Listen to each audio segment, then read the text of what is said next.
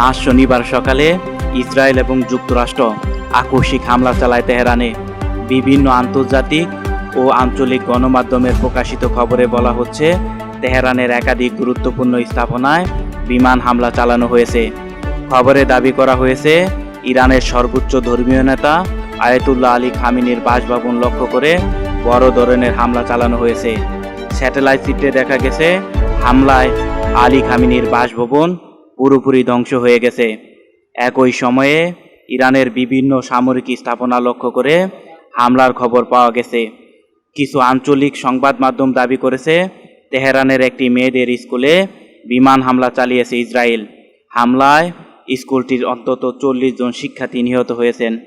এই হামলার জবাবে ইরান পাল্টা ক্ষেপণাস্ত্র হামলা চালিয়েছে বলে দাবি করেছে দেশটির রাষ্ট্রীয় বার্তা সংস্থাগুলো। ইরানের সশস্ত্র বাহিনী জানিয়েছে, মধ্যপ্রাচ্যের বিভিন্ন দেশে অবস্থিত মার্কিন সামরিক ঘাঁটিগুলোকে লক্ষ্য করে আঘাত হানা হয়েছে। কাতারের আল ওদাইদ এয়ারবেস, কুয়েতের আল সালেম এয়ারবেস এবং সংযুক্ত আরব আমিরাতের আল দারফা এয়ারবেজে ক্ষেপণাস্ত্র হামলার দাবি করেছে তেহরান। এছাড়া বাহরাইনে অবস্থিত মার্কিন ৫ম নৌবহরের সদর দপ্তরে লক্ষ্য করে ক্ষেপণাস্ত্র হামলা চালিয়েছে। কাতার ভিত্তিক সংবাদ মাধ্যম আল জাজিরা জানিয়েছে, সংযুক্ত আরব আমিরাতের আবুধাবিতে বিস্ফোরণের ঘটনায় অন্তত 1 জন নিহত হয়েছেন।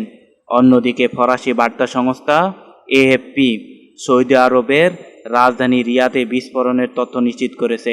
এছাড়া ইসরায়েলের বিভিন্ন সামরিক স্থাপনা লক্ষ্য করে ইরান ক্ষেপণাস্ত্র হামলা চালিয়েছে বলে দাবি করা হচ্ছে। তবে সেখানকার হতাহতের বিষয়ে এখনও নিশ্চিত কোনো তথ্য পাওয়া যায়নি।